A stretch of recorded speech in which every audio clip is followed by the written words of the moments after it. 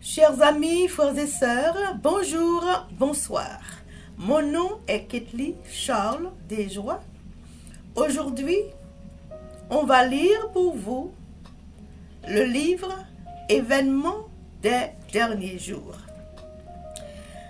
Jésus non seulement nous a laissé cette belle promesse, je reviendrai, mais il nous a aussi montré comment nous préparer pour le recevoir dans la paix. Cet ouvrage fait partie de ces instructions. D'une manière claire et impressionnante, ce livre nous explique que nous vivons les derniers jours de l'histoire de cette terre. Des questions fondamentales comme le crible, la pluie de l'arrière-saison, le sceau de Dieu et la mort de la bête, la fin des temps de grâce, les 7 dernières plaies et le retour de Jésus y sont aussi présentés.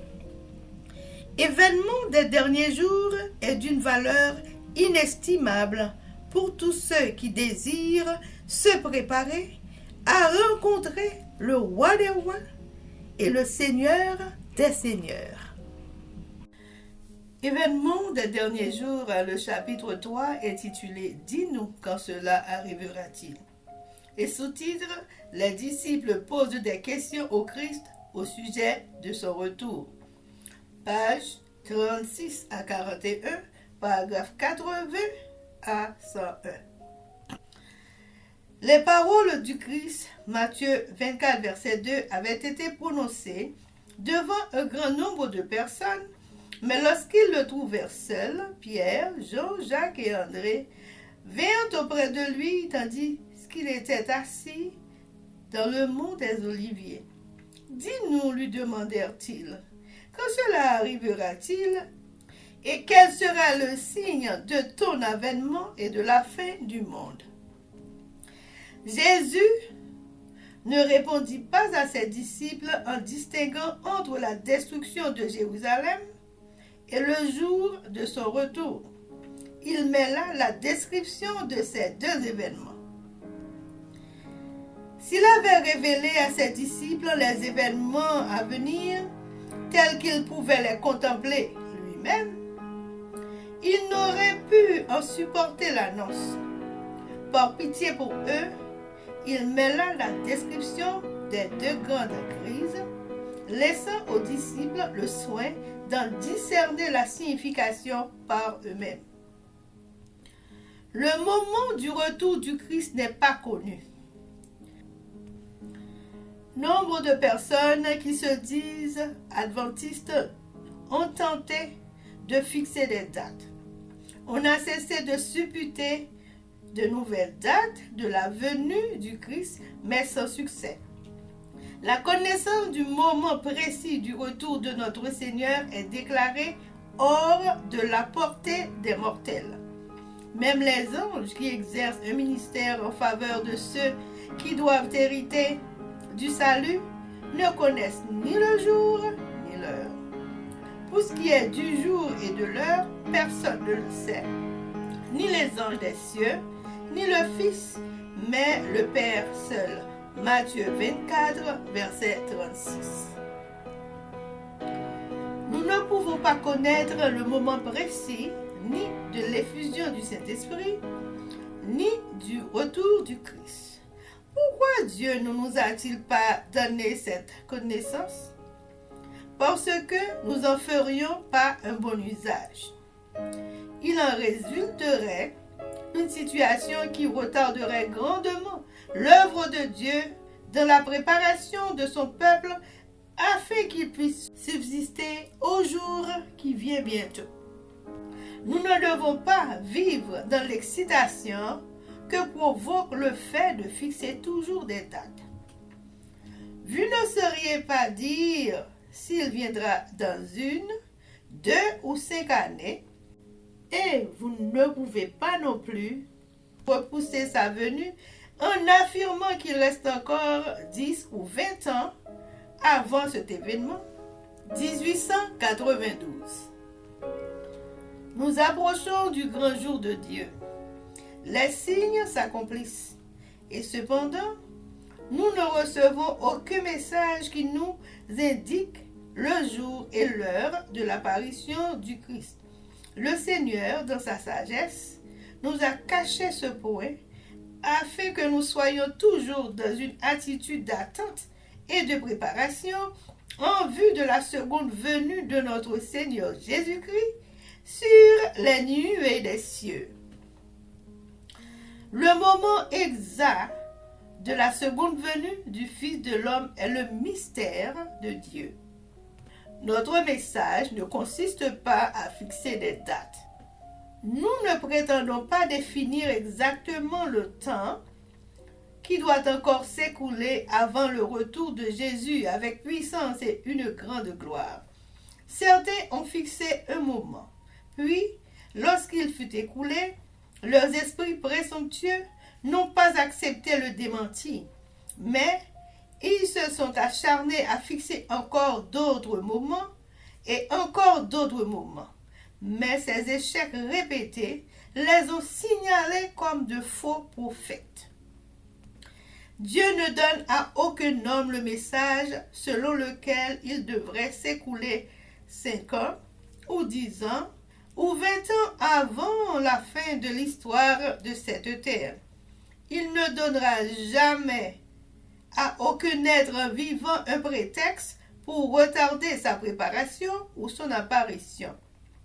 Il ne confie à personne la mission de dire, comme le serviteur fidèle, le maître tarde à venir, car cette attitude conduit à négliger imprudemment les occasions et les privilèges qui nous sont accordés en vue de ce grand jour. Fixer des dates conduit à l'incrédulité. C'est parce que des dates ont été sans cesse fixées et sont passées en vain que le monde s'est encore plus endurci dans un état d'incroyance en ce qui concerne le prochain retour du Christ. On regarde avec dédain les échecs de ceux qui fixent des dates, et les hommes ont été si déçus qu'ils se détournent de la vérité de la parole de Dieu, selon laquelle la fin de toute chose est imminente. J'estime que frère E.P. Daniel a, d'une certaine façon, fixé une date en affirmant que le Seigneur reviendra dans les 5 prochaines années. Mais j'espère que nous ne donnerons pas à l'extérieur l'impression que nous sommes des chrétiens acharnés à fixer des dates. Évitons de telles attitudes. Elles ne font pas de bien. Ne cherchons pas à obtenir un réveil sur une telle base. Usons de prudence en chaque parole, afin que les fanatiques n'aient aucune occasion de créer une excitation malsaine qui blesse l'Esprit de Dieu. Nous ne voulons pas exciter les passions pour créer une émotion quand les sentiments sont sollicités sans le contrôle de la raison. J'estime que nous devons nous garder de tous côtés, car Satan est à l'œuvre et fait tout son possible pour nous tromper et nous séduire par des artifices capables de faire un tort considérable. Méfions-nous de tout ce qui provoque une excitation malsaine, car une réaction ne tardera pas à se faire sentir. Lettre 34, 1887. Des mouvements faux et fanatiques se manifesteront toujours du fait de personnes de l'Église qui se déclareront conduites par Dieu, celles qui courront avant d'être envoyées pour donner le jour et la date de l'accomplissement des prophéties. L'ennemi se réjouit qu'elles agissent ainsi, car leurs échecs successifs et leurs directives erronées provoquent la confusion et l'incroyance. Il n'y a plus de prophétie au-delà de 1844. Au camp meeting de Jackson, j'ai clairement affirmé à ses partisans fanatiques qu'ils faisaient le jeu de l'adversaire des âmes. Ils étaient dans les ténèbres. Ils affirmaient qu'ils avaient reçu une grande illumination pour affirmer que le temps d'épreuve se terminerait en octobre 1884. J'ai alors publiquement affirmé que le Seigneur avait pris plaisir à me montrer que le message de Dieu postérieur à 1844 ne comporterait aucune indication chronologique précise. Notre attitude a été d'attendre et de veiller, sans annoncer aucune date qui doive intervenir entre la fin des périodes prophétiques qui aboutissent en 1844 et le moment de la venue de notre Seigneur.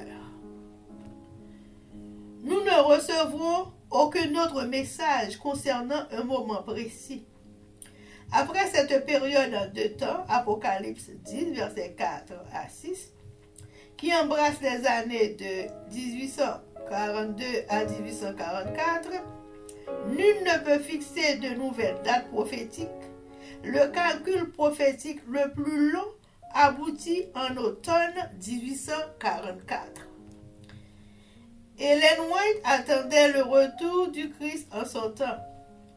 L'assemblée présente à la conférence me fut montrée. L'ange me dit, certains sont réservés pour la nourriture des vers, d'autres subiront les 7 dernières plaies, d'autres seront vivants et demeureront sur la terre pour être enlevés au retour de Jésus. Parce que ce temps est court, nous devrions travailler avec diligence et avec une énergie redoublée. Nos enfants n'entreront peut-être jamais à l'université. Il n'est vraiment pas sage de mettre maintenant des enfants au monde.